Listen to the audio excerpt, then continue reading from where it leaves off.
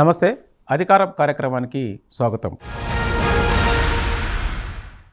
నేటి అధికారం కార్యక్రమాల్లో విశాఖ స్టీల్ ప్రైవేటీకరణ భూదాతలకు నష్టమా అనే దాని మీద ఈ చర్చా కార్యక్రమాన్ని సాగిద్దాం. ముఖ్యంగా ఈ చర్చా కార్యక్రమంలో పార్టిసిపేట్ కావడానికి డాక్టర్ జె పూర్ణచంద్రరావు గారు, రిటైర్డ్ డీజీపీ, అలాగే all India Bahujan Samaj party national కోఆర్డినేటర్గా ఉన్నారు. అలాగే పివి రమేష్ గారు, senior IAS officer, retired chief సెక్రటరీగా పనిచేస్తున్నారు. అలాగే వరల్డ్ ఎకనామిక్ ఫోరంలో చాలా సంవత్సరాల అనుభవం గడించినటువంటి రమేష్ గారు మనతో జాయిన్ అయినారు. అలాగే మహాదేవ్ వైవిఎస్ కేంద్ర ప్రభుత్వంలో సలహాదారులుగా ఉన్నారు. అలాగే జూమ్ ద్వారా అప్పారావు గారు విశాఖ నుంచి మనతో జాయిన్ అవుతారు. ఆయన విశాఖ ఉక్కు నిర్వాసితుల కంటే కూడా భూదాతలు అనేది బాగుంటుందేమో, భూదాతల ఐక్య సంఘానికి ప్రధాన కార్యదర్శిగా ఉన్నారు. సారు మనకు జూమ్ ద్వారా వైజాగ్ నుంచి స్టార్ట్ అవుతారు. ముందుగా విశాఖ ఉక్కుకు సంబంధించిన డీటెయిల్ తెలుసుకునే ముందు మా ప్రతినిధి అసోసియేట్ ఎడిటర్ వాసు గారు వైజాగ్లో ఉన్నారు. వాసు గారు నమస్తే. వాసు గారు, అక్కడ ఉన్నటువంటి గ్రౌండ్ రిపోర్ట్ విశాఖ స్టీల్ భూదాతులకు సంబంధించిన అన్యాయం మీద మీరు ఒక్కసారి చెప్పండి ప్లీజ్. తప్పకుండా సూర్య గారు, మీరు అన్నట్టు నిజంగా వాళ్ళు నిర్వాసితులు కాదండి, భూదాతలే. 100%. అందరూ కూడా నిర్వాసితులు అంటున్నారు కానీ భూదాతలు. ఎందుకంటే స్టీల్ ప్లాంట్ ఈ రోజు అన్ని వేల కోట్లకి ఎదిగిందంటే వాళ్ళు ఆ రోజు దాదాపు 40 సంవత్సరాల క్రితం వాళ్ళు భూమి దానం చేసినందువల్లే. అప్పుడు కూడా దాదాపు ఎకరం 1200 1300కి ఇచ్చుకుంటే ఈరోజు వేల కోట్లు అయిపోయింది. కానీ ఒక్కసారి కనుక మనం నిర్వాసిత గురించి చూసుకుంటే దాదాపు 40 ఏళ్ళగా కూడా ఇదే పరిస్థితి. వీళ్ళందరూ కూడా ఈరోజు రేపు ఉద్యోగం వస్తుంది, ఎల్లుండి ఉద్యోగం వస్తుంది, రేపు మా ఉద్యోగం మా బతుకులు బాగుంటాయి, మా పిల్లల బతుకులు బాగుంటాయని స్థలాలు ఇచ్చారు. కానీ తరాలు మారుతున్నాయి తప్ప వాళ్ళకి మేలు జరగట్లేదు. కొడుకుల నుంచి తండ్రులకి, తండ్రుల నుంచి తాతలకి మారింది తప్ప ఎక్కడ మేలు జరగట్లేదు. ఈరోజు వాళ్ళు రోజు కూలీలుగా మారిపోయారు, పని మనుషులుగా మారిపోయారు. వాళ్ళందరూ కూడా తమ బతుకులు బాగుంటాయి, పిల్లలు బాగుంటారని వాళ్ళ ఎకరాలు కూడా స్టీల్ ప్లాంట్కి దారాదత్తం చేశారు. కానీ ఈరోజు మాత్రం దశాబ్దాలు మారినప్పుడు కూడా వాళ్ళకు ఉద్యోగాలు దొరకట్లేదు, ఉపాధి దొరకట్లేదు. మనం ప్రైమ్ లైన్ కూడా గ్రౌండ్ లెవెల్కి వెళ్ళి చూడటం జరిగింది. వాళ్ళ ఇళ్లలో కనీసం తింటాకి తిండి గింజలు లేక, కనీసం తాగడానికి సరైన నీళ్ళు లేక అనేక ఇబ్బందులు పడే పరిస్థితి కనిపిస్తుంది. మనం చూడవచ్చు, దాదాపు 23,000 ఎకరాలు దాదాపు 16,000 మంది రైతులు మొత్తం కూడా దానం చేశారు. తక్కువ ధరకి దానం చేశారు, ఇచ్చారు. దాంట్లో 8,000 మందికి మాత్రమే ఉపాధి అవ్వచ్చు, లేదా ఆరు కార్డు పునరావాసకానికి సంబంధించిన కార్డు ఇవ్వడం జరిగింది. 8,000 మందికి మాత్రమే ఉద్యోగ ఉపాధి అవకాశాలు దొరికాయి. మిగిలిన 8,000 మంది ఏళ్ల తరబడి ఉద్యమాలు చేస్తున్నారు. ఎక్కడా కూడా వాళ్ళకి మేలు జరగట్లేదు. ఎవరు కూడా రాజకీయ నాయకులు కూడా వీళ్ళు ఎలా అయిపోయారంటే, రాజకీయ నాయకులు కూడా ఒక ఎలక్షన్ వచ్చినప్పుడు మీ సమస్యలు తీరుతాం అని ఒక ఓటర్ లాగా వాళ్ళకి హామీలు, ఎన్నికల హామీగా మారిపోయింది నిర్వాసితుల సమస్య.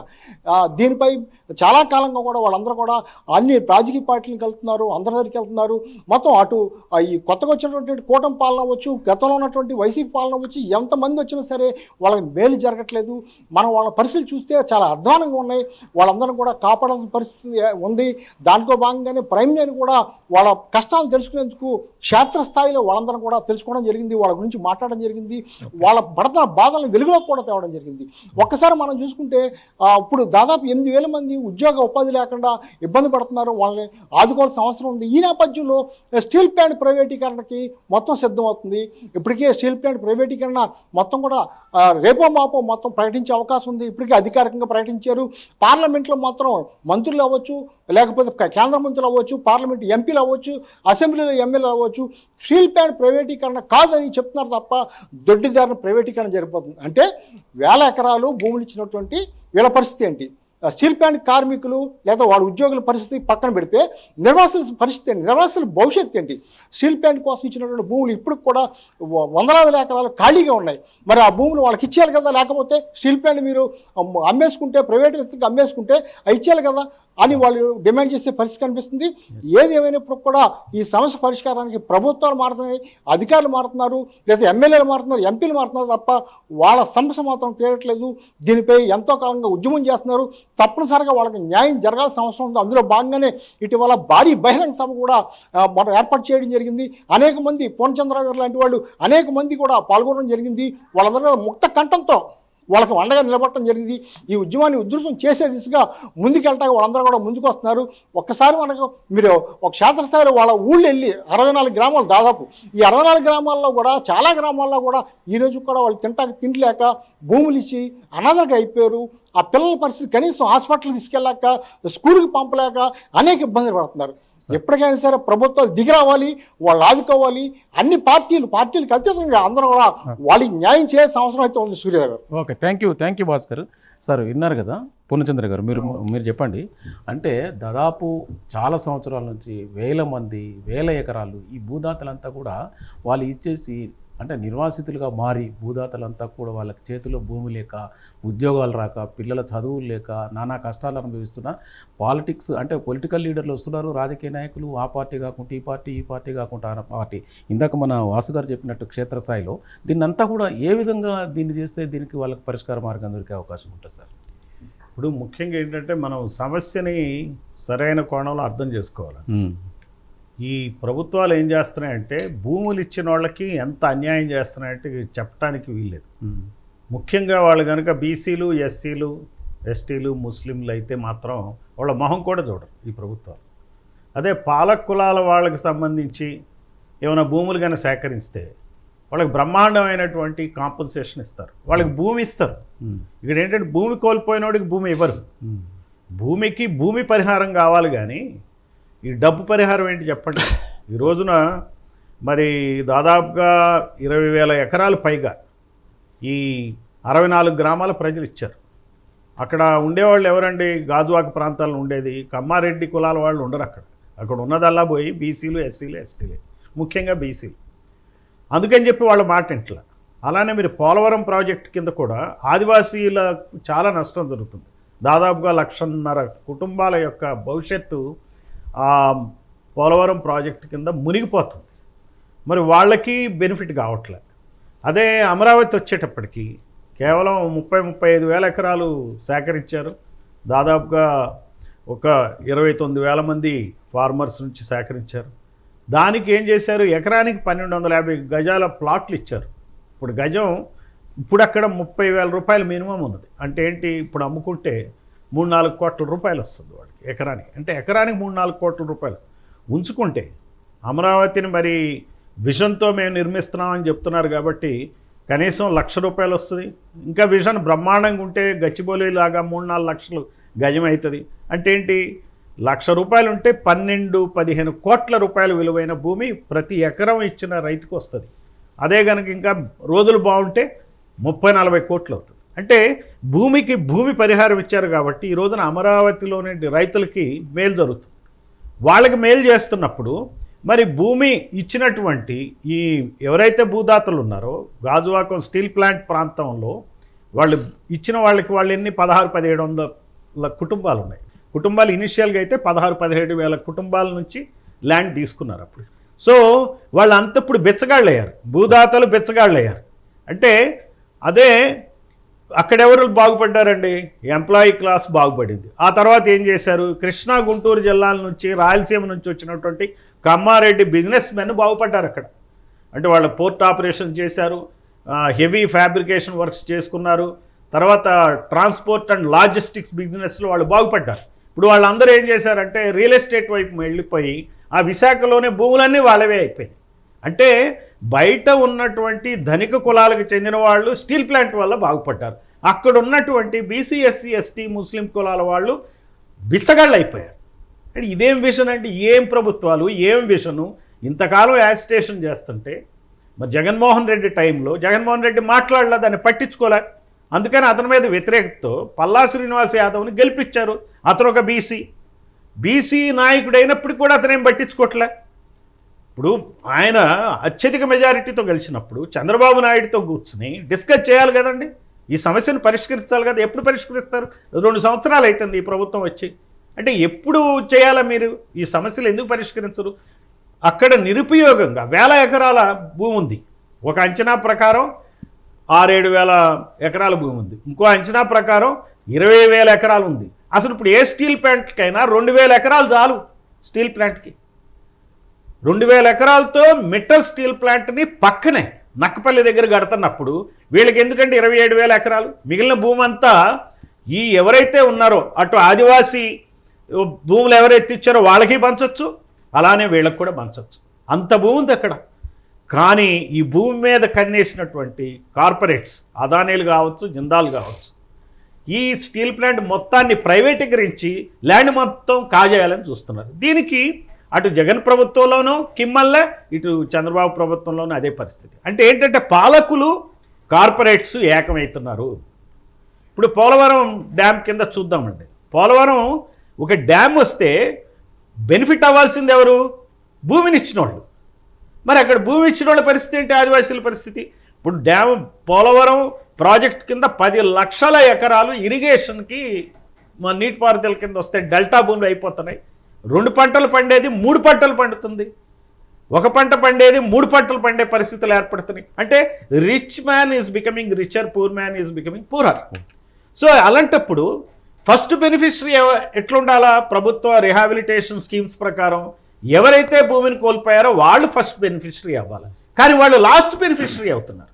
అలానే స్టీల్ ప్లాంట్కి భూములు ఇచ్చినటువంటి ఈ అగరంపొడి ప్రాంతాల రైతులు ఫస్ట్ బెనిఫిషరీ అవ్వాలి, వాళ్ళు లీస్ట్ బెనిఫిషరీస్ అవుతున్నారు. సో ఈ ప్రభుత్వాలు ఏవైతే ఉన్నాయో, ఎక్కడైతే వాళ్ళకి అసెంబ్లీలో ఏ కులాలైతే అత్యధికంగా ఎమ్మెల్యేలు ఉంటారో ఆ కులాల వాళ్ళకి ఫేవరబుల్గా పనులు జరుగుతాయి. ఏ కులాలైతే అసెంబ్లీలో నామమాత్రంగా ఉంటాయో వాళ్ళకి నష్టాలు జరుగుతాయి. అందుకనే ఈ రోజున ఈ ఉద్యమం తీవ్రంగా ఉంది. అక్కడ కొంతమంది మహాదేవ్ గారు కూడా చాలా సీరియస్గా దీని మీద ఆలోచిస్తున్నారు. ఉద్యమ కార్యాచరణని ఆయన ప్రకటిస్తున్నారు. సుప్రీంకోర్టు జడ్జిగా పనిచేసినటువంటి గోపాల్ గౌడ గారు కూడా వచ్చారు. ఆయన కూడా దీన్ని చాలా సీరియస్గా తీసుకున్నారు. ఆ మధ్య గత 2 వారాల క్రితం ఒక పెద్ద బహిరంగ సభ జరిగింది. ప్రజలు స్వచ్ఛందంగా వచ్చారు. 5-6 వేల మంది ప్రజలు సొంతంగా వాళ్లే ఖర్చులు పెట్టుకుని ఆ మీటింగ్ని ఆర్గనైజ్ చేయడం జరిగింది. ఇప్పటికైనా సరే ప్రభుత్వం కళ్ళు తెరవాలా. All India Bahujan Samaj Party నేతృత్వంలో మేము ఖచ్చితంగా ఈ సమస్యని ప్రజల ముందుకు తీసుకెళ్తాం, ప్రభుత్వం యొక్క చర్యల్ని ఎండగడతామని చెప్పక తప్పదు. Thank you sir. అట్లనే అప్పారావు గారు, సార్ మీరు ఇప్పటివరకు సార్ మాట్లాడినారు కదా, మీరు నిర్వాసితుల పక్షాన అంటే భూదాతల పక్షాన మీరు చాలా కాలం నుంచి ఫైట్ చేస్తున్నారు, ఆ సంఘానికి ప్రధాన కార్యదర్శిగా ఉన్నారు. మీరేమంటారు సార్, మీ ఒపీనియన్? సార్, ముందుగా ఈ వేదికలో ఉన్నటువంటి అందరి పెద్దలకి కూడా మా యొక్క విశాఖ ఉక్కు నిర్వాసితుల ఐక్య సంఘం నుండి, మా 64 గ్రామాల నిర్వాసిత ప్రజల నుండి ధన్యవాదాలు తెలియజేస్తున్నాం సార్. ముందు ఇంకా ప్రత్యేకించి చెప్పాలనంటే ప్రైమ్ 9 ఛానల్ వారికి కూడా ప్రత్యేకమైనటువంటి ధన్యవాదాలు తెలియజేస్తున్నాం. ఎందుకనంటే ఈ రోజు వరకు దేశంలో, రాష్ట్రంలో అనేకమైనటువంటి మీడియా సంస్థలు ఉన్నప్పటికీ కూడా ఏ సంస్థ కూడా మమ్మల్ని ఇలా స్టూడియోలో కూర్చోబెట్టి మీ బాధలు ఏంటి అని అడిగే పరిస్థితి లేదు. ఆ పరిస్థితి, ఆ విధమైనటువంటి వాతావరణం కల్పించినందుకు మీకు ప్రత్యేకమైనటువంటి మా హృదయపూర్వక ధన్యవాదాలు సార్. Thank you. అయితే మా సమస్య ఏంటంటే 64 గ్రామాల ప్రజలని గత 45 సంవత్సరాల క్రితం నిర్వాసితులను చేసి అది భూమికి బదులు నష్టపరిహారంగా 1,250 రూపాయలు చొప్పున ఆ ఎకరాకి ఇచ్చి 16,500 మంది కుటుంబాలకు ఆర్ కార్డు, ఆ రోజుకి 18 సంవత్సరాలు ఉన్నటువంటి కుటుంబాలకు ఆర్ కార్డు అనేది ఇచ్చారు. ఎందుకంటే ఇది ఉపాధి పోయింది కనుక ఉద్యోగం పేరుతో స్టీల్ ప్లాంట్లో ఉద్యోగం ఇస్తామని చెప్పేసి ఆర్ కార్డు ఇవ్వడం జరిగింది. ఆ ఆర్ కార్డు ఇచ్చినటువంటి వాళ్ళందరికీ కూడా పర్మనెంట్ ఉద్యోగాలు స్టీల్ ప్లాంట్లో కల్పిస్తామని చెప్పేసి ఆనాడు ప్రభుత్వాలు నమ్మబలకడం జరిగింది. ఆ విధంగానే ఇప్పటిదాకా చూసుకున్నప్పుడు 8,000 మందికి మాత్రమే పూర్తి స్థాయిలో పర్మనెంట్ ఉద్యోగాలు ఇచ్చారు. కొంతమంది కళాశీలు గాను, కొంతమంది జూనియర్ టెక్నీషియన్, జాయింట్ టెక్నీషియన్ గాను ఇచ్చారన్నట్టు జేటీగా. మిగతా 8,500 కుటుంబాలు మేము అంటే ఆర్ కార్డు వచ్చింది అనేది మాకు రాలేదు అసలు. ఆ రోజు ఆర్ కార్డు ఇచ్చే సమయానికి మేము చిన్న బిడ్డలం, మా తండ్రులకి ఇచ్చారన్నట్టు. మాకంటే పెద్ద వయసు ఉన్న, మా తండ్రుల కంటే పెద్ద వయసు ఉన్నటువంటి తాతల వాళ్ళకి కూడా ఇచ్చారన్నట్టు. వాళ్ళకు ఉద్యోగం రాలేదు, మాకు ఈరోజు 46 సంవత్సరాల వరకు వచ్చేసింది వయసు, మాకు ఉద్యోగం రాని పరిస్థితి. రేపు మా బిడ్డలకు కూడా ఉద్యోగం వస్తుందేమో అనుకుంటే ఈరోజు ఫ్యాక్టరీని అమ్మేసే పరిస్థితి. మా దగ్గర ఆ రోజు తీసుకున్నటువంటి భూమి 22,000 ఎకరాలు తీసుకున్నారు సార్. పోనీ ఈ తీసుకున్నటువంటి భూమి ఏమైనా మొత్తంగా ఫ్యాక్టరీ కోసం ఉపయోగించారని అంటే కూడా కాదు. ఈ ఫ్యాక్టరీని ఇంచుమించి 6-7 ఎకరాల్లో నిర్మాణం చేసి చుట్టూరు ప్రహరీ కూడా కట్టారు సార్. మిగతా ఖాళీ భూమి అంతా కూడా పిచ్చి పిచ్చి మొక్కలతోనూ రకరకాల మొక్కలతోనూ ఎవరెవరో పెట్టుబడిదారులు, పెట్రోల్ బంకులు, స్కూళ్ళు, రకరకాల వాణిజ్యానికి సంబంధించినటువంటి వాటిల్లో వ్యాపారాలు చేసుకొని వాళ్ళు నడుపుతున్నారు. కొంత పార్కుల పేరుతోని, కొంత క్వార్టర్స్, ఈ ఎంప్లాయీస్ ఎవరైతే ఉన్నారో ఉద్యోగస్తులు, స్టీల్ ప్లాంట్లో పనిచేసినటువంటి ఆఫీసర్స్ కావచ్చు, ఈ ఎంప్లాయీస్ కావచ్చు, వీళ్ళకి క్వార్టర్స్ కూడా కట్టుకొని కొన్ని వందల ఎకరాల్లో అది నిర్మాణం చేశారు. ఇది కాకుండా మిగతా చాలా వరకు ఇంచుమించు ఒక 10,000 ఎకరాల భూమి ఖాళీగా ఉంది సార్. మేము ఈరోజు అడుగుతున్నది ఏంటంటే, మీరు ఆ రోజు మాకు ఉద్యోగం ఇస్తామని ఒక కార్డు ఇచ్చారు. ఆ విధంగా ఇచ్చినటువంటి కార్డులకు కనీసం మీరు 8,000 మందికి ఇచ్చారు, ఇంకా 8,500 కుటుంబాలు మేము ఉన్నాము. మాకు ఆ భూమి ఖాళీగా ఉంది. అది వీళ్ళంతా ఏం చెప్తున్నారంటే రాష్ట్రపతి గారి పేరు మీద ఉన్నదని చెప్తున్నారు సార్. ఎవరి పేరు మీద ఉన్నప్పటికీ కూడా భూమి అనేది ఖాళీగా ఉండడం వల్ల ప్రయోజనం ఉండదు కదా మనిషికి. భూమి ప్రతి మనిషికి ఉపయోగపడాలా. అందుకని మేమేంటంటే మేమంతా కలిపి చూసుకున్నప్పుడు 64 గ్రామాల్లో రకరకాల కుల వృత్తులు సార్ మాయి. ఈ ఫ్యాక్టరీ ఇక్కడికి రాకముందు మేము ఎట్లా బతికేవాళ్ళం అంటే రకరకాల కులాలు, రకరకాల వృత్తులు చేసుకొని బతికేటోళ్ళం. ఇంచుమించు అందరం కూడా బీసీ సామాజిక వర్గానికి సంబంధించినటువంటి వాళ్ళు ఎక్కువ మంది ఉన్నాం. అందులో రెడ్డిస్ కొద్దిగా మైనారిటీగా ఉన్నారు, తక్కువ మందిగానే ఉన్నారు. మిగతా అంతా కూడా బీసీ సామాజిక వర్గం, ఎస్సీ సామాజిక వర్గం అన్నారు. ఎస్టీలు అయితే లేరు. అయితే మా ఈ సామాజిక వర్గాల్లో మా ఎన్ని కూడా కుల వృత్తుల మీద ఆధారపడే జీవితాలు అన్నట్టు. మేమెందుకు ఈరోజు 1 ఎకరం భూమి అడుగుతున్నామనంటే మా వృత్తి పోయింది, మా భూమి తీసేసుకున్నారు, ఆస్తులన్నీ, స్థిరాస్తులన్నీ పోయాయి. మరి మేము బతకాలి కదా. ఇప్పుడు రాజ్యాంగంలో ఆర్టికల్ 21 ప్రకారంగా చూసుకున్నప్పుడు ప్రతి మనిషి బతకాలని చెప్పేసేసి ఆర్టికల్ 21 ప్రాథమిక హక్కుల్లో భాగంగా తెలియపరుస్తుంది. మరి ఆ విధంగా చూసుకున్నప్పుడు ఇప్పుడు పాలించే ప్రభుత్వాలే కదా ఆర్టికల్ 21 ప్రకారంగా పౌరులను కాపాడాల్సిన బాధ్యత ప్రభుత్వాలకే కదా ఉందా. ఈ గత 45 ఏళ్లలో నుండి కూడా ఈ పాలించే ప్రభుత్వాలు ఈ ఫ్యాక్టరీలో ఉద్యోగ అవకాశాలు లేక కదా సార్. పర్మనెంట్ ఎంప్లాయీస్ 18,000 మంది ఉండేవారు 3.6K. అదే ఆఫీసర్స్ కూడా ఇంచుమించు 6,000-7,000 మంది ఆఫీసర్స్ ఉండేవారు అనమాట. కేడర్, కింద కేడర్ నుండి పెద్ద కేడర్ వరకు చూసుకున్నప్పుడు 10,000 మంది ఉన్నప్పుడు మేము ఎంతమంది ఉండేవారు? ఆర్ కార్డులు ఎంతమందికి ఇచ్చారు? 16,500 మందికి ఇచ్చారు సార్. వీళ్ళకి చిత్తశుద్ధి ఉంటే, అప్పుడున్న ప్రభుత్వాలు కానీ ఇప్పుడున్న ప్రభుత్వాలు కానీ చిత్తశుద్ధి ఉంటే 18,000 మంది మ్యాన్ పవర్ ఉండేటప్పుడు, కళాశాల టెక్నీషియన్గా ఉండేటప్పుడు మొదట మాకే ఇచ్చేయాలి కదా. మా 16,500 మందికి ఉద్యోగాలు ఇచ్చిన తర్వాత కదా అవుటర్స్కి అవకాశాలు ఇవ్వాలి కదా. ఇప్పుడు జీవించే హక్కు కూడా చెప్తున్నది. మాకు ఇచ్చేసిన తర్వాత మాది పిలుపులు అయిపోయిన తర్వాత అప్పుడు దేశవ్యాప్తంగా ఎవరినో పిలుచుకోవాలి రిక్రూట్మెంట్లో భాగంగా. మేము ఎవరిని పిలవద్దని కూడా మా ఉద్దేశం కాదు. మా కడుపు కొట్టేసేసి ఇంకొకరికి అన్నం పెడతానని అంటే ఇదెక్కడ నీతి నాకు అర్థం కాదు, ఇదెక్కడ రాజనీతి నాకు తెలియట్లేదు అన్నమాట. అంటే మేమేమంటామంటే ఈ విధంగా చేసి ఈరోజు మేము గత 2010 నుండి సార్ మేము విశాఖ ముఖ్య నిర్వాసితుల ఐక్య సంఘం కాంట్రాక్ట్ లేబర్ యూనియన్గా పెట్టుకొని 2010 నుండి పోరాడుతున్నాం సార్.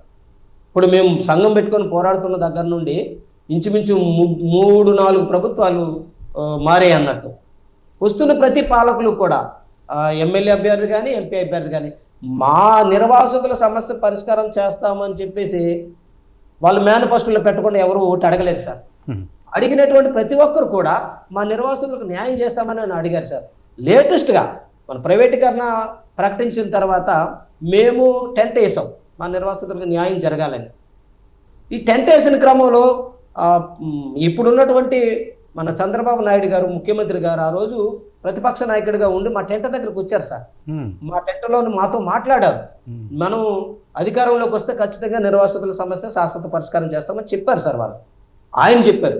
లోకేష్ గారు యాత్ర చేశారు, టౌన్షిప్లో యాత్ర చేశారు, పాదయాత్ర చేసే క్రమంలో కూడా కలిసి ఆయన కూడా విన్నవించుకున్నాం. ఆయన కూడా ఖచ్చితంగా మీ సమస్యను పరిష్కారం చేస్తామని అని అన్నారు. అదే కాకుండా పవన్ కళ్యాణ్ గారు, ఇప్పుడు డిప్యూటీ సీఎం గారు, అవును పవన్ కళ్యాణ్ గారు అయితే 2-3 దఫాలు మాతో సమావేశం అయ్యారు సార్. చెప్పాలి మీకు ఇవన్నీ ఎందుకు చెప్పాలని అంటే, ఆ పవన్ కళ్యాణ్ గారు అయితే ఒకసారి ఆ కోరవనపాలెంలో ఒక లాడ్జీలో మమ్మల్ని పిలిపించుకొని మాట్లాడుకున్నారనమాట. ఆ మాట్లాడిన సందర్భంలో నేనే స్పెషల్గా సార్ మీరు గాజువాక నియోజకవర్గంలో పోటీ చేయండి సార్, ఇక్కడ ఉన్నటువంటి ఎమ్మెల్యేలు ఎంపీలు ఎవరు మా సమస్య పరిష్కారం చేయట్లేదు, మీరు ఒక పార్టీకు అధ్యక్షులు కాబట్టి మా సమస్యను మీరు కేంద్ర స్థాయిలోకి తీసుకెళ్ళగలరు అన్నటువంటి ఉద్దేశంతో నేను మాట్లాడడం జరిగింది. ఆయన మాట్లాడిన తర్వాత వాళ్ళ అభిమానులు కూడా గాజువాకలో పోటీ చేయండి అని అడగడం, ఆయన పిఠాపురంలో ఇక్కడ అంటే పోటీ చేయడం, ఆయన ఓడిపోవడం, ఇదంతా జరిగిపోయింది. అది కుదిరాడు. ఇదే కాకుండా ఆయన అదే సమయంలో ప్రైవేటీకరణ సమయంలోనే అప్పుడు వైసీపీ ప్రభుత్వానికి ఎగ్నిస్ట్గా ఓరమన్నపాలెం మెయిన్ గేట్కి వెళ్ళే దారిలో పెద్ద బహిరంగ సభ పెట్టారు సార్. ఆ బహిరంగ సభ పెట్టే సభలో మమ్మల్ని కూడా ఆహ్వానించి సభ మీద వేదిక మీదకి అందరూ సాక్షిగా స్టీల్ ప్లాంట్ ప్రైవేట్ గా అడ్డుకుంటానని అన్నారు, నిర్వాసితులకు న్యాయం చేస్తానని అన్నారు సార్. మరి ఈ రోజు అధికారం వచ్చిన తర్వాత వీళ్ళు ఎవరు మాట్లాడట్లేదు సార్. ఈ విధంగా ఈ నాయకులు ఇలా అయితే మేము ఎట్లా ఈ జనం ఎట్లా వీళ్ళని నమ్మేది, వీళ్ళకి ఓట్లు ఎందుకు వేసేది, వీళ్ళని ఎందుకు అసెంబ్లీకి పార్లమెంట్లకి పంపించేది? ఇంకా చెప్పాలనంటే ఇప్పుడు ఎంపీ గారు ఉన్నారు సార్. ఎంపీ గారి దగ్గరికి ఈయన అధికారంలోకి వచ్చిన తర్వాత అనేక సార్లు కలిసాను సార్. భరత్ గారిని అనేక సార్లు కలిస్తే మీరు ఆగండి, 4 నెలలు ఆగండి, 5 నెలలు ఆగండి, CMD గారిని మారుస్తామని అన్నారు సార్. ఈ బస్ అంతా ఎందుకు మేము ఆయన దగ్గర తిరిగామనంటే 8 సంవత్సరాల నుండి పర్మనెంట్ రిక్రూట్మెంట్ ఆపేశారు సార్. ఇంచుమించు 4-5 సంవత్సరాల నుండి contract labour unskilled semi skilled 50% మాకు ఇచ్చేవారు సార్. అందులోనే కాంట్రాక్ట్ జాబ్స్ కూడా అవి ఆపేశారు సార్. మొత్తం రిక్రూట్మెంట్ ఆగిపోయింది. ఒక పక్క అమ్మేస్తామని అంటున్నారు, ఇంకొక పక్క మేమేదో ఖాళీగా స్టీల్ ప్లాంట్లకు ఖాళీగా ఉండకుండా స్టీల్ ప్లాంట్కి వెళ్ళేది చిన్న చిన్న కూలి పనులు చేసుకునే వాళ్ళు సార్, రోజువారీ పనులు. ఆ పనుల్లో ఉన్న వాళ్ళు కూడా తీసేశారు ఇంచుమించు ఒక 8,000 మంది దగ్గర. కనీసం వాళ్ళనైనా కానీ లోకల్ ఎమ్మెల్యే గారి పల్లా శ్రీనివాస్ గారు ఉన్నారు, ఆయన ఈరోజు రాష్ట్ర ప్రభుత్వానికి పార్టీకి అధ్యక్షులు అయినట్టు ఆయన ఎక్కువ మెజార్టీతో కూడా ఈ రోజు రాష్ట్రంలో గెలిచింది కూడా ఆయననే. వ్యక్తిగతంగా చూసుకున్నప్పుడు స్వభావం అయితే మంచి వ్యక్తే, కానీ మేము వెళ్ళి అడిగితే నేనేమీ చేయలేని పరిస్థితి అనేది ఆయన చెప్పే పరిస్థితి అన్నట్టు. అంటే ఇప్పుడు చంద్రబాబు నాయుడు గారు మాకు ఇచ్చారు ఆమె, ఇక్కడ ఉన్న లోకల్ ఎమ్మెల్యే గారు ఇచ్చారు ఆమె, అక్కడ ఉన్న ఎంపీ గారు ఇచ్చారు ఆమె, ఇక్కడ ఉన్నటువంటి మన పవన్ కళ్యాణ్ గారు ఇచ్చారు ఆమె. మరి ఇంతమంది మీరు మీ చేతిలోనే అధికారం ఉండి మీరే ఇచ్చిన హామీని మీరు అమలు చేయకపోతే మేము ఎవరిని అడగాలి? ఓకే అప్పారావు గారు, ఒక్క నిమిషం మళ్ళీ మీ దగ్గరకు సార్. మహాదేవ్ గారు, వైవిఎస్ మహాదేవ్ గారు చెప్పినారు కదా, ఆయన ఫస్ట్ నుంచి ఇప్పటి వరకు ఆయన బాధలు, భూమి ఇచ్చినప్పటి నుంచి వాళ్ళు ఎలా ఏ కార్డు ఇచ్చినారు, ఎంప్లాయ్మెంట్ ఎట్లా ప్రొవైడ్ చేసినారు, వాళ్ళ తాతలు వాళ్ళ నాన్నలు ఇప్పుడు ఈయన పిల్లలు అంటే వాళ్ళ తరాలు గడిచిపోతున్నాయి, కానీ వాళ్ళకు న్యాయం జరుగుతున్న దాఖలాలు అయితే కనపడట్లేనట్టు ఆయన మొరపెట్టుకుంటున్నారు. దీని విషయంలో ఎట్లా చేస్తే బాగుంటుంది? అసలు ఈ విశాఖ ఉక్కు అన్నదే ఎలా ఉంటుందంటే ఎవరిష్టం వచ్చినట్టు వాళ్ళు చేశారండి. అసలు మొత్తము ఈ భూదాతలు అనబడే నిర్వాసితులు అనబడే భూదాతలు ఇచ్చినది 22,000 ఎకరాలు. కురుప్పాం జమీందారు గారు ఇచ్చింది 6,000 ఎకరాలు. ప్రభుత్వ భూమి ఉన్నది ఒక 1000 ఎకరాలు, మొత్తం 29,000 ఎకరాల చిల్లర, 30,000 అనుకోండి. దీనిలో ఆ రోజున ఉన్న పొల్యూషన్ కంట్రోల్ నామ్స్ ప్రకారము వాళ్ళంత భూమి సేకరించారు. ఇప్పుడు అవి మారిపోయినాయి అనుకోండి. ఇప్పుడు మిట్టల్ స్టీల్ మీరు తీసుకుంటే 2,000 ఎకరాల్లోనే 8 మిలియన్ టన్నుల స్టీల్ ప్లాంట్ పెడుతున్నారు. మారిపోయినాయి, టెక్నాలజీ కూడా మారింది అనుకోండి, అది వేరే విషయం. ఇంకొకటి ఏంటంటే ఆ రోజున రష్యన్స్ కన్స్ట్రక్ట్ చేశారు విశాఖ స్టీల్ని.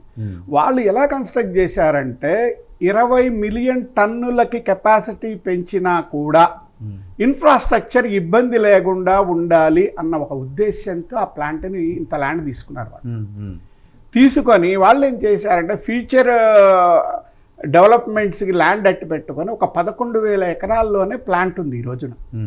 ఇప్పుడున్న ప్లాంట్ కెపాసిటీ హార్డ్లీ అది 8 మిలియన్ టన్స్ ఉంది, ఎక్స్పాండెడ్ అప్ టు 12. అయితే మిగతా 19,000 ఎకరాలు ఖాళీగా పడుంది. సరే, ప్రభుత్వం ఆ రోజున భూములు ఇచ్చినప్పుడు ఇక్కడ చాలా ఆశ్చర్యకరమైన విషయం ఏంటంటేనండి, ఆ రోజున విశాఖ ఉద్యమం జరిగి 32 మంది కాల్పులలో చనిపోతే, కాల్పులు ఎవరు కాల్చారండి? పోలీసులు కాదండి, భారత సైన్యం కాల్చింది. భారతదేశపు చరిత్రలో స్వాతంత్రం వచ్చిన తర్వాత జయాంధ్ర ఉద్యమము విశాఖ ఉద్యమంలోనే భారత సైన్యం కాల్పులు జరిపింది. ఆ కాల్పులలో చనిపోయిన వాళ్ళు 32 మంది. అంతమంది చనిపోయిన తర్వాత ఒక స్ఫూర్తి కలిగింది జనాలకు, మన రాష్ట్ర అభివృద్ధి అని. ఆ స్ఫూర్తిలో ఈ రైతులందరూ తెల్లారుజామున 4 గంటల నుంచి లైన్లో నిలబడి భూములు ఇచ్చారు. వాళ్ళ ఇదేంటంటే మా పిల్లలకి ఉద్యోగం వస్తుంది, ఇక్కడ వాళ్ళ తరాలు బాగుంటాయి అని ఇచ్చారండి. ఇస్తే అక్కడ ఆ రోజున ఉన్న లోకల్ పొలిటీషియన్స్ ఒక దరిద్రం చేశారు. ఏం చేశారంటే మామూలుగా భూమి ఇస్తే లేదా ఇల్లు కోల్పోతే ఎలా ఇవ్వాలంటే మామూలు R&R ప్యాకేజ్ అంటాం, రిలీఫ్ అండ్ రీహాబిలిటేషన్ ప్యాకేజ్ అన్నాం. పోలవరంలో కూడా R&R వాళ్ళన్నీ కూడా ఇంటికి ఇల్లు అని చెట్టుకి చెట్టు అని అలా పోలవరంలో అన్నీ కూడా చాలా కరెక్ట్గానే వాళ్ళు పెట్టారు, కానీ ఎగ్జిక్యూట్ చేయట్లేదు, అది వేరే విషయం అనుకోండి. ఇక్కడ అలా లేదండి. వీళ్ళు ఎలా ఇచ్చారంటే నాకు అసలు చాలా ఫన్నీగా అనిపిస్తుంది. ఇంట్లో ఒక మేజర్ ఉంటే ఒక ఆర్ కార్డ్, వాడు ఒక ఎకరం ఉన్న 4 మేజర్లు ఉంటే 4 ఆర్ కార్డులు వస్తాయి. 20 ఎకరాలు ఇచ్చిన వాడికి ఇంట్లో మేజర్ లేకపోతే వాడికి ఆర్ కార్డు రా. ఇది విచిత్రమైన లెక్క అన్నమాట. ఈ లెక్క మరి వాళ్ళు ఎలా చేశారేమో తెలియదు. తర్వాత వీళ్ళకి రిలీఫ్ కింద ఎకరానికి 1200 ఇచ్చారు, అరౌండ్ 72 ప్రాంతంలో. వీళ్ళు పాపం ఉత్తరాంధ్రలో ప్రజలండి, ఎస్పెషల్లీ పాపం బీసీ ఎస్సీ ఎస్టీ వీళ్ళు చాలా అమాయకులు, మంచివాళ్ళు. దానినే ఈ రాజకీయ పార్టీలు వాళ్ళ యొక్క స్వార్థానికి వాడుకుంటున్నారు. వాళ్ళు ఎప్పుడూ కూడా ఏంటంటే ప్రశాంతమైన జీవనాన్ని కోరుకుంటారు. అది వీళ్ళు ఏంటంటే వీళ్ళ యొక్క ప్రయోజనాలకు వాడుకుంటున్నారు. నేను వాళ్ళతో ట్రావెల్ చేయటం మొదలెట్టి 4 ఏళ్ళు. నేను వెళ్ళి చూసిన తర్వాత చాలా బాధ కలిగింది. 40 ఏళ్ళు అయింది. ఆ రోజున నేను చెప్పిన లెక్కన మొత్తం 16,500 ఆర్ కార్డులు ఇచ్చారండి.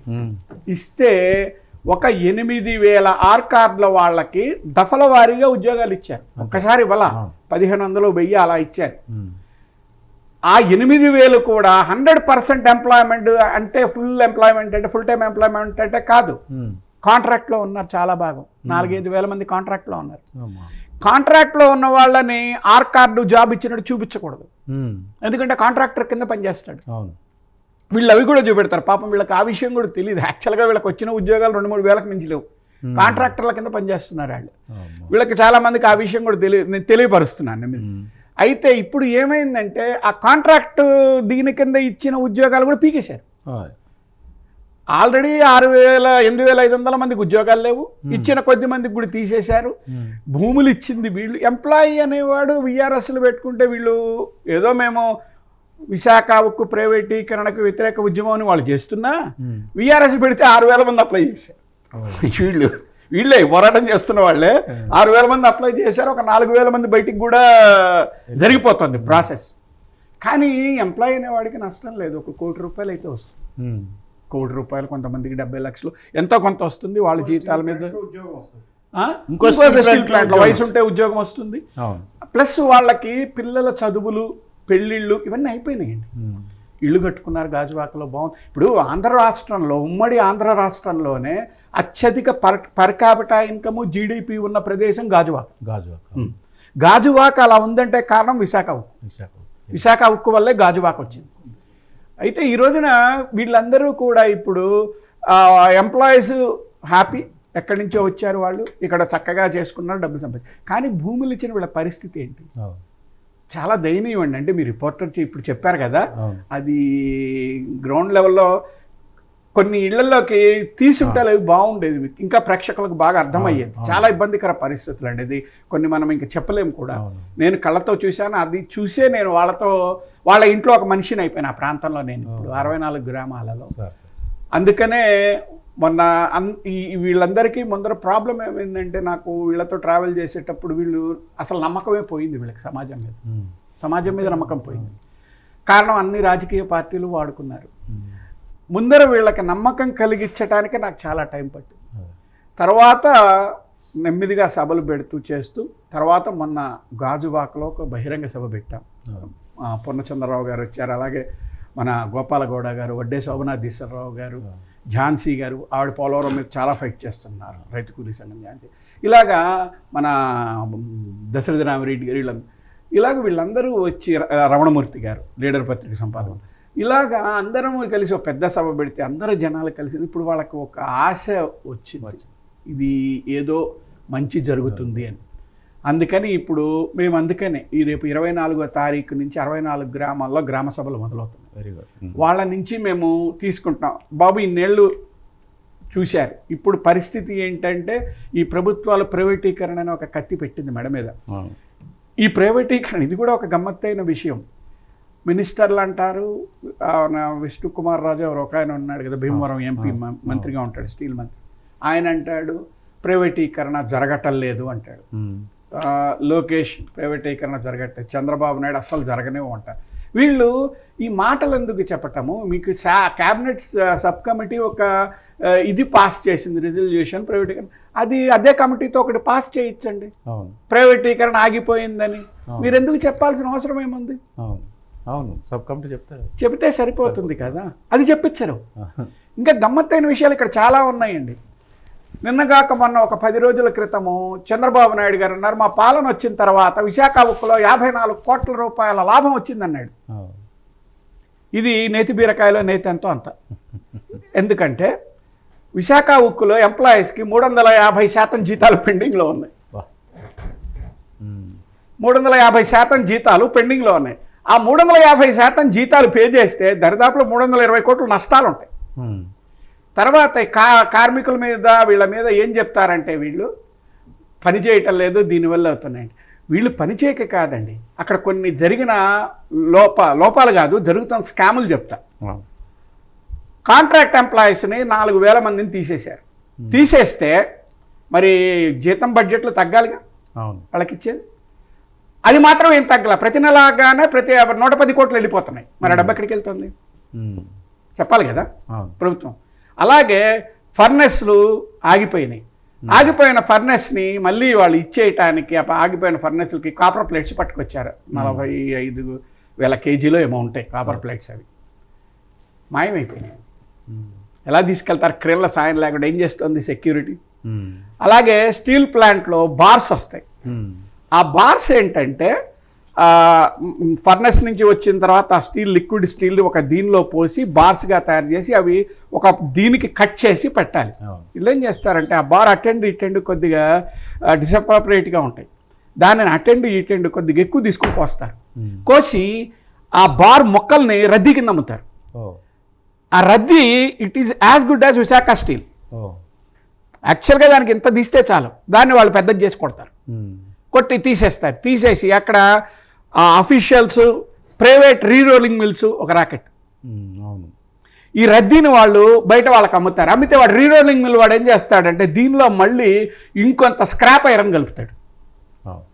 కలిపేసి వాడు మళ్ళీ దాన్ని రాడ్స్ కింద తయారు చేసి అమ్ముతాడు. వైజాగ్ ప్రాంతంలో ఉన్న రీరోలింగ్ మిల్ చేసే తత్వం. ఇప్పుడు ఆ డబ్బు 12% దాకా పోతుంది. ఎన్ని వేస్టేజ్లు. ఈ వేస్టేజ్లు ఇంకా అసలు ముఖ్యమైనది మీరు కూడా వినే ఉంటారు, 12,000 కోట్లు ఇచ్చామని ఈ ప్రభుత్వాలు ఓటమైన గుండెలు బాదుకుంటాం. మేము ఇచ్చినవా, వీళ్ళు ఏం చేయలేదు, అది ఇది అని చంద్రబాబు నాయుడు గారు వీళ్ళందరూ. నేను ఆ 12,000 కోట్లు లెక్క చెప్తాను.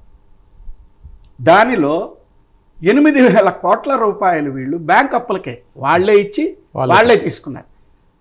ఆ 8,000 కోట్లలో కొన్ని ట్యాక్స్లు, జిఎస్టీలు కూడా నిర్మలా సీతారామన్ గారు ఈ చేతులతో ఇచ్చి ఈ చేతుల్లో లాగేసుకున్నారు. తర్వాత ఒక 500 కోట్ల దాకా వడ్డీలకు తీసేశారు. 1,500 కోట్లు వడ్డీలకు తీశారు. తర్వాత ఒక 1,200 కోట్లు మూతపడిన ఫర్నెస్ తెరవటానికి 1,200 కోట్లు మూతపడేయించింది వీళ్ళే. మళ్ళీ తెరవడానికి 1,200 కోట్లు పెట్టింది వీళ్ళే.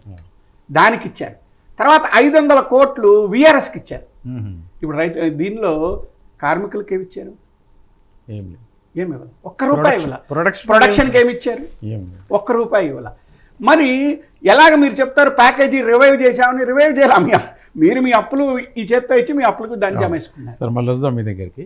సార్ రమేష్ గారు, మీరు ఇప్పటి వరకు పూర్ణచంద్రరావు గారు, అలాగే అక్కడ నుంచి వైజాగ్ నుంచి అప్పారావు గారు, ఇప్పుడు మన మహాదేవ్ గారు వీళ్ళు చెప్పిందంతా చూస్తే మీకున్న ఎక్స్పీరియన్స్ ద్వారా అక్కడ జరుగుతున్నటువంటి పరిస్థితుల మీద మీరేం చెప్పదలుచుకున్నారు సార్? అంటే దానికి పరిష్కార మార్గంగా మీకున్న ఎక్స్పీరియన్స్, అంటే మీరు చాలా వరకు వరల్డ్ వైడ్గా పనిచేసినారు ఫైనాన్షియల్ సెక్టర్లో, వీళ్ళంతా కూడా మీరు చాలా వరకు మీకున్న ఎక్స్పీరియన్స్లో దానికి పరిష్కారం ఏం చూపించదు? ముందుగా ప్రైమ్ 9కి మీరు నాకు ఈ అవకాశం ఇచ్చినందుకు మీకు కృతజ్ఞతలండి.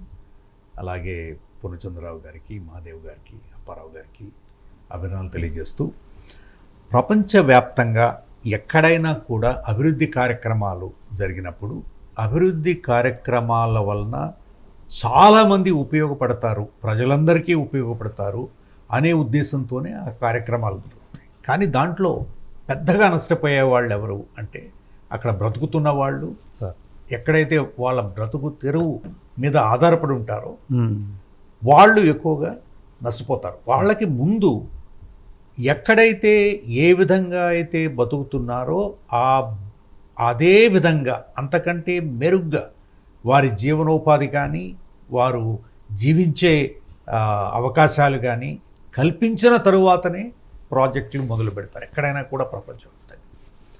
ఇది ముఖ్యంగా చైనాలో చూసినట్లయితే వాళ్ళు ఉన్న బ్రతుకు కంటే కూడా ఇంకా 10 రెట్లు ఎక్కువగా వాళ్ళ భవిష్యత్తు కానీ వాళ్ళ పిల్లల భవిష్యత్తు కానీ వాళ్ళు జీవించే అవకాశం కానీ.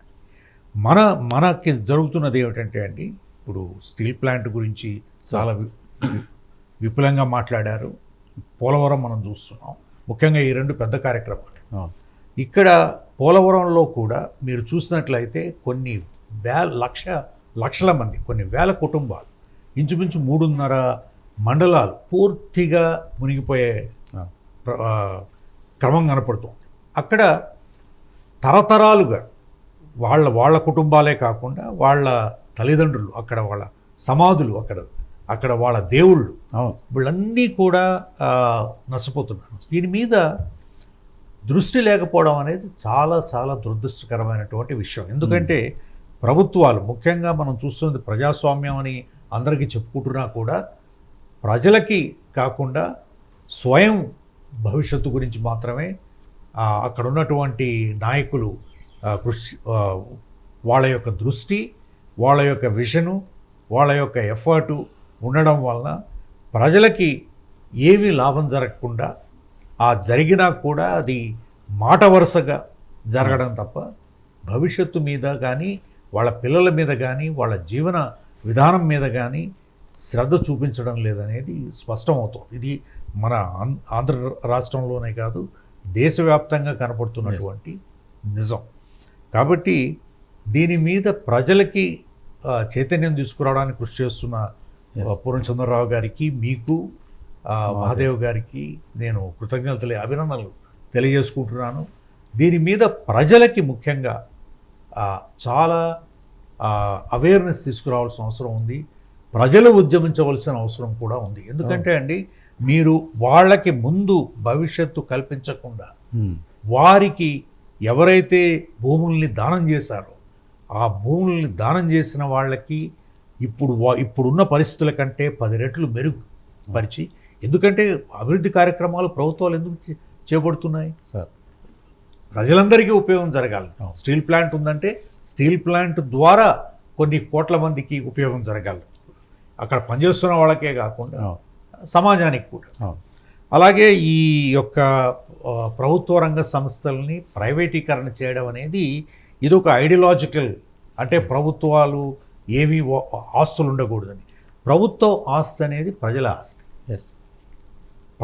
ప్రభుత్వ రంగ సంస్థల నుంచి వస్తున్నటువంటి లాభాలు ప్రజలకు వచ్చే లాభాలు. దాన్ని ప్రజల మంచి గురించి ఉపయోగించే అవకాశం ఉంటుంది. కాబట్టి ఈ యొక్క ఆలోచన ఏదైతే ఉందో ప్రభుత్వ రంగ సంస్థల్ని ప్రైవేటీకరణ చేయాలి అనేది, ఇది ప్రైవేటు వ్యక్తులకి ప్రభుత్వ ఆస్తులను కట్టబెట్టడం జరుగుతుంది. ఇది ఎందుకంటే ఇప్పుడున్న అధికారంలో ఉన్నటువంటి నాయకులు వాళ్ళ చివరికి వాళ్ళు ప్రైవేటు వ్యక్తులు ఒకరే కాబట్టి, కాంట్రాక్టర్లు, పెద్ద పెద్ద భూస్వాములు, పెద్ద పెద్ద పెట్టుబడిదారులు అందరూ కూడా ప్రభుత్వాల్ని ఈరోజు నడిపిస్తున్నారు. కాబట్టి ఈ యొక్క ఐడియాలజీని పర్పెచ్యుయేట్ చేస్తున్నారు. కాబట్టి ఇది కూడా ప్రజలు గుర్తుపెట్టుకోవాలి. అదేమిటంటే సింగపూర్ చూడండి, Singapore airlines, Singapore telephone, Singapore television, ఇవన్నీ కూడా ప్రభుత్వ రంగ సంస్థలు. ఈ సంవత్సరం ప్రతి సిటిజన్, సింగపూర్ సిటిజన్కి వాళ్ళ బడ్జెట్లో రెవెన్యూ సర్ప్లస్, డివిడెంట్ల కింద వచ్చిన వాటిని $2,000 ప్రతి కుటుంబానికి కూడా ప్రభుత్వం ఇస్తుంది యాజ్ అ గ్రాంట్. ఎందుకంటే డివిడెంట్ ప్రభుత్వ రంగ సంస్థల నుంచి వచ్చినటువంటి డివిడెంట్. కాబట్టి దీని గురించి ఏమంటే నష్టాల్లో నడుస్తోంది, ప్రభుత్వ రంగ సంస్థలను సరిగా మేనేజ్ చేయడం లేదు. ఇది మేనేజ్మెంట్ ప్రాబ్లం, అంతే. ఇది మేనేజ్మెంట్ ప్రాబ్లం తప్ప ఇప్పుడు మెటల్స్ అన్ని ప్రాఫిట్లు చేసుకుంటున్నప్పుడు ప్రభుత్వ రంగ సంస్థలు ఎందుకు ప్రాఫిట్ రావడం లేదండి? ఇది మిస్మేనేజ్మెంటు, తర్వాత పొలిటికల్ ఇంటర్ఫియరెన్స్, వెస్టెడ్ ఇంట్రెస్ట్, ఇది ప్రజలకి నష్టం కలిగించే విధంగా చేయడం వల్ల దీంట్లో ఇన్సెంటివ్స్ చేయండి. సిస్టమ్ నేను కూడా ప్రైవేట్ రంగ సంస్థను నడిపించాను 3 సంవత్సరాల పాటు. 40,000 కోట్ల నుంచి 150,000 కోట్ల టర్న్ ఓవర్కి తీసుకెళ్ళాం. 4,000 కోట్ల ఆదాయం నుంచి 10,500 కోట్లు ఒక సంవత్సరంలో. కాబట్టి management efficiency, management effectiveness, honesty, integrity, ప్రజల మంచి గురించి పనిచేస్తే తప్పకుండా ఏదైనా కూడా. కాబట్టి నేను క్లుప్తంగా చెప్పదలుచుకున్నది ఏమిటంటే అండి, ఇది ముందు ఎవరైతే భూముల్ని దానం చేస్తారో వాళ్ళకి పూర్తి న్యాయం చేసిన తర్వాతనే ఆ ప్రాజెక్టులు మొదలు పెట్టాలి. ఇప్పుడు వైజాగ్ స్టీల్ ప్లాంట్ ఆల్రెడీ నడిచింది కాబట్టి ముందు వాళ్ళకి న్యాయం చేసిన తర్వాతనే భవిష్యత్తు కార్యక్రమాలను నిర్ణయించు. Okay, thank you sir. ఫైనల్గా పూర్ణచంద్ర గారు మీతో క్లోజ్ చేద్దాం. ఒకటే చెప్తానండి నేను. ఇప్పుడు ఒక 1000 గజాల ప్లాట్ మనం డెవలప్మెంట్కి ఇచ్చామనుకోండి, ఒక 20-30 అపార్ట్మెంట్లు కడితే వాడు ఏం చేస్తాడు? భూమి ఇచ్చిన వాడికి 10 అపార్ట్మెంట్లు, కట్టిన వాడికి 12 అపార్ట్మెంట్లు. ఇది లెక్క కదా. ఇక్కడ భూములు ఇచ్చినటువంటి భూదాతలు ఎవరైతే ఉన్నారో వాళ్ళ వాటా ఏదండి? ఇక్కడ స్టీల్ ప్లాంట్ సంబంధించి వాళ్ళ వాటా ఏది? వాళ్ళకి తరతరాల వాటా రావాలిగా. అలానే పోలవరంలో 1.5 ఎకరాలు ఇచ్చారు కదా, వాళ్ళ వాటా ఏది? పోలవరం ప్రాజెక్టు కింద ఆయకట్టులో భూముల్లో వాళ్ళ వాటా ఏది? నాకు చెప్పండి. ఏం చేస్తున్నాయి ఈ ప్రభుత్వాలు? మరి 1 ఎకరం ఇచ్చినటువంటి పాలకులాల రైతులకి అమరావతిలో వాటా ఇచ్చావు కదా, ఎకరానికి 1250 గజాలు ఇచ్చావు. 1250 గజాలు ఎట్లా ఇచ్చావు నువ్వు? అంటే 1/4 ఇచ్చినావు కదా, 20-25% ఇచ్చావు కదా. 25 కాదు, 2600 గజాలే వస్తుంది. 2800 గజాలు వస్తుంది ఒక ఎకరానికి. అందులో నువ్వు ఎంత ఇచ్చావు? 1250 గజాలు ఇచ్చావు. దాదాపుగా సగం ఇచ్చావు, 40-45%. అంటే ఈ డెవలప్మెంట్ ఫార్ములా దీనిలో ఎందుకు ఫాలో కావట్లేదు? ప్రజలు నిలదీయాలి. ఎందుకంటే చంద్రబాబు ప్రభుత్వం అయినా, జగన్ ప్రభుత్వం అయినా, అంత ముందున్న కాంగ్రెస్ ప్రభుత్వం అయినా, అక్కడ బీజేపీ ప్రభుత్వం అయినా చేసేది ఇదే మోసం. అందుకే బీసీ, ఎస్సీ, ఎస్టీ, ముస్లింలందరూ ఈ విషయాన్ని ప్రశ్నించాలా. మన భూమి తీసుకుంటే మనకి భూమిలో వాటా ఇవ్వాలా, ఆ కంపెనీలో వాటా ఇవ్వాలా. ఎప్పుడైతే ఆ వాటా ఉంటుందో అప్పుడు అదానీలు కొనలేరు దాన్ని. ఇప్పుడు ఫ్రీ అయిపోయింది. నువ్వేమో స్టీల్ ప్లాంట్కి తీసుకున్నావు, దాన్ని నువ్వు భూమి తీసుకుని నువ్వు ఎట్టమ్ముతావు? ఏం ప్రభుత్వం ఇది? ప్రభుత్వం అధీనంలో ఉండాలి కదా భూమి, నువ్వు ఎట్టమ్ముతావు? కేంద్ర ప్రభుత్వం అధీనంలో భూమి ఉందట. కేంద్ర ప్రభుత్వం ఎక్కడి నుంచైనా దిగొచ్చిందా? ఏం చేయలేదా? ఈ రాష్ట్ర ప్రభుత్వం ఏం చేయలేదా? మరి పెద్ద మునగాళ్ళుగా చెప్తారు కదా, మేము చాలా బాగా పాలిస్తాం, విజన్ ఉంది, మేము చాలా తెలివిగలవాళ్ళం. ఏం తెలివి ఉంది? మీ తెలివి మీకోసం వాడుకుంటున్నారు, మీ యొక్క కులాల యొక్క అభివృద్ధి కోసం వాడుకుంటున్నారు. మా కోసం ఏం చేస్తున్నారు మీరు? ఇది ప్రజలు అర్థం చేసుకోవాలా, ఇది క్వశ్చన్ చేయాలా. Okay, thank you sir, thank you. ఈనాటి చర్చా కార్యక్రమంలో పార్టిసిపేట్ చేసిన రమేష్ గారికి, అలాగే పూర్ణచంద్రరావు గారికి, అలాగే మహాదేవ్ గారికి, జూమ్ ద్వారా అప్పారావు గారికి వైజాగ్ నుంచి పార్టిసిపేట్ చేసి మంచి సూచనలు, సలహాలు ఇచ్చినందుకు మీరందరికీ కూడా ధన్యవాదాలు. మరో కార్యక్రమం ద్వారా వచ్చే వారం కలుద్దాం. నమస్తే.